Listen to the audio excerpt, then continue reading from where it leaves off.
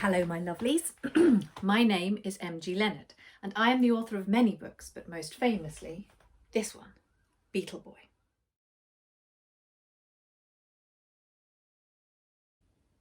Planning. There's a question. There are two phrases that people use to describe the process of writing a book. The first one is plotters. Are you a plotter? Do you plot everything out first? Or are you a pantser? Do you write by the seat of your pants and see what happens and where that takes you? I'm both, really, because usually when I have the idea for a book or a concept for the book, I know what kind of a thing I want to create, what kind of a world it might be in. But I don't always know what happens. Often I'll know the beginning and the ending and have no idea what happens in the middle. Or with the thing that I have most recently written, I knew the beginning very strongly. And then I didn't really have much of a clue. I knew the characters that would be in the story, but I didn't know in what order events needed to happen. And I didn't really know what the ending was going to be. It's the first book I've written, actually, where I haven't known the ending. And I found that very difficult.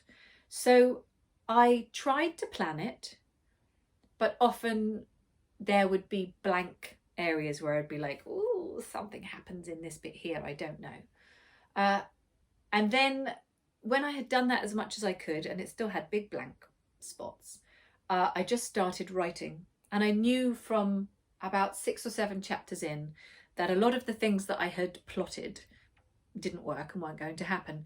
So then after about the first 10 chapters, kind of like the beginning of Act 2 of the story, I re-plotted and carried on writing. Then I hit a bit of a wall. I actually wrote all the way to the end just to see if going by the seat of my pants magically provided me with some perfect ending, and it didn't. I wrote a terrible version. So once I had got to the end of this terrible version, I had a look again at my plotting sheet, and I was really just unhappy with the choices. A lot of them were dull. So I sat and thought and thought and thought. I broke the plot down into acts. I broke the acts down into chapters. I put post-it notes all over walls. I often do that when I'm plotting. I use post-it notes. And still couldn't work out what needed to happen in Act 4 to really deliver a satisfying resolution. And actually it was reading around the subject. I do a lot of research for my books.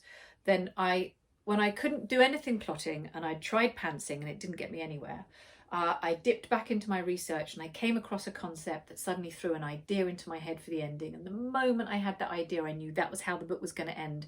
And I didn't even need to plot out Act 4 and Act 5 because I knew exactly where I had to go and what I had to do to get there. And it all came like a jumble tumble very, very quickly. And I wrote the ending of the book in less than a week. But then I had to go back and look at Acts 2 and 3 because they weren't laying up to the ending sufficiently. And I fixed a few things, and then I'm calling that final version of that book Draft 1, as in the story exists, the characters are there, the concept is there, the world is there, but everything is written hella badly.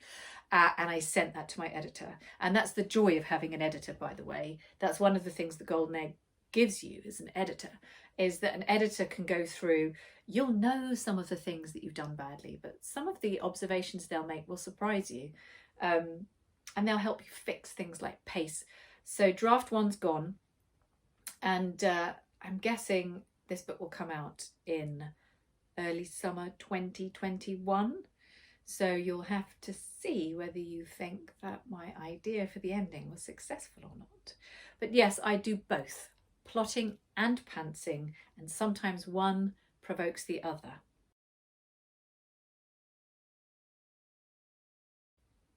It is a well-known fact that before I wrote Beetle Boy, I was terrified of insects.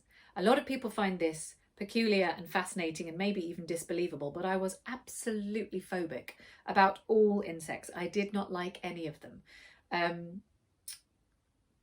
And this was really true up until the spring of summer 2016 when Beetle Boy was published.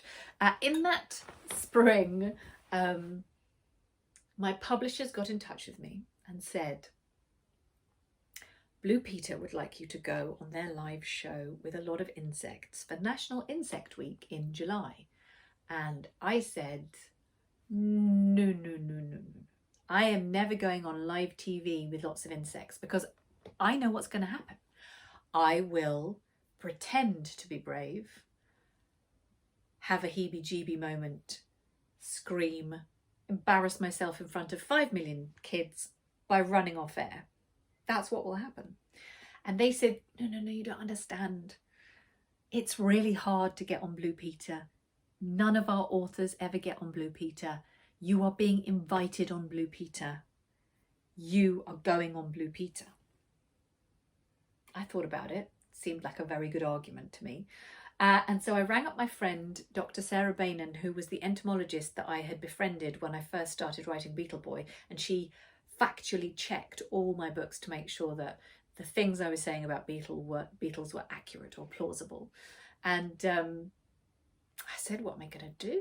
And she said, drive down here to Pembrokeshire, to my bug farm, and I will help you pick up insects. All the way down there I was terrified. But when I got there, she'd picked some really beautiful beetles, rainbow stag beetles and flower beetles, really pretty ones.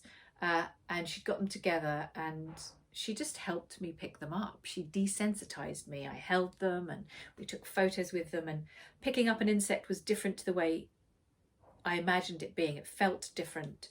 And I knew that this was something I needed to work on. It's not just fixed in one day. So I bought myself a pair of beetles and I got them sent to my house, and I spent every single day picking them up. And that was the beginning of my genuine affection, because when you spend time with the creatures, you realise that your phobia is just nonsense that you've made up in your head. The more you learn about them, the more you understand them, the more you hang out with them. I mean, I defy anyone not to fall in love with them, really. I think they're great. And that's when my fear genuinely subsided. And now, of course, I'm the Vice President of Bug Life, the charity, and I do a lot of insect conservation work. And really, insects are a very important part of my life now. That's how much writing my first book has changed me. The Golden Egg Academy helped me with a number of things when it came to my writing. It wasn't necessarily the structure of a sentence or the way I employed my adjectives or anything like that. It was really thinking about the structure of the story and the mind of the reader. I learned through the Golden Egg Academy that when you're writing a book, you're obviously the voice and in the head of the narrator. You must also be in the head of the protagonist. You see the world the way that they see it, or you have to explain the world that they see it to the reader. And of course you have to be in the head of the reader also, because they will be reading it and experiencing these words for the first time. So you need to be in the head of 3 different people or 3 different voices. And I don't think I realised that. I didn't realise that I needed to be the head of the reader. I'd worked out my narrative voice and what my protagonist saw. I never considered the reader, and consequently sometimes there were large swathes of my book that were completely incorrect in tone. I was writing a middle grade book, and that means it was for like 9 to 12-year-olds, but there were some extracts that were very violent or dark, proper YA territory, like, you know, older teen reads. And if you make a book that is a mix of the two, then neither will read. So you have to be very aware of your reader, and Golden Egg taught me so much about the reader. It also taught me about the structure of stories, the 5-act structure, the 3-act structure. There's a number of different ways that you can structure your story, but the idea that you can just sit down and write it all the way to the end without thinking about that structure is a myth. You have to be very conscious of what you're doing, when and why. And it was this kind of interrogation and this kind of illumination that really improved my writing. Every single book I write has a 5-act structure, even if that book is just a picture book of 500 words. That's 100 words an act, always 5 acts. And that is a very particular thank you to Imogen Cooper for teaching me that.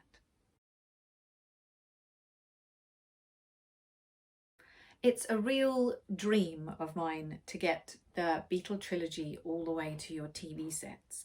And that dream is in process.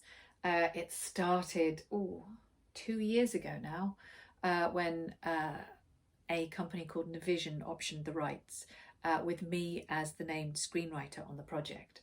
And I can't really talk about the project too much, other than it was a real delight and education to work with a script editor on writing the pilot. I've worked in theatre for many years, so I understand the nature of a script. But TV drama is very hungry for action and visual stimulation.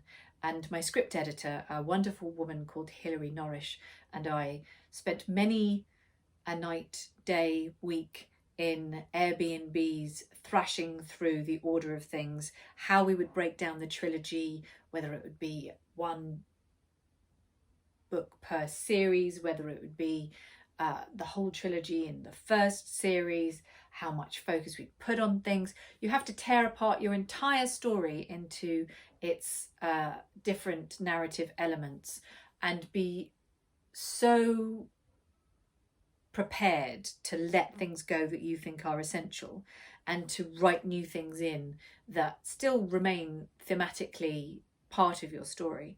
But it might be that you've had characters that up until now have had bit parts that would be very exciting if they got a bit more action.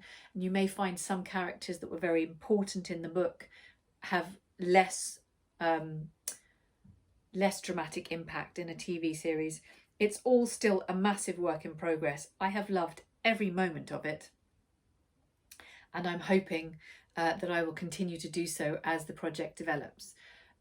It really depends at this point, when we say we're in development, we're talking about budgets for the series and timescales and casting, and that will all have a massive knock-on impact on scripts, whether we have a writer's room, whether, all of these things are up in the air.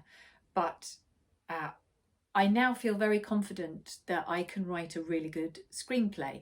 And that was part of one of the reasons why I wanted to write the screenplay for Beetle Boy, was that I really needed to learn on the job, to have the experience of working with a script editor, to see what was required. It's a bit like the golden egg in that, she could tell me what the industry standards were and what was required of the script that I was writing and going to deliver. And that level of friendly critique is a brilliant part of the education of being a writer, and probably has changed the books that I've written since, actually. So, keeping our fingers crossed, hopefully there'll be lots of Beetle Boy news soon. My favourite thing about the Golden Egg Academy is the people. Imogen Cooper, who is Mother Goose, is one of the most lovely, intelligent, well-connected, generous, just absolute dreamboat of a human being.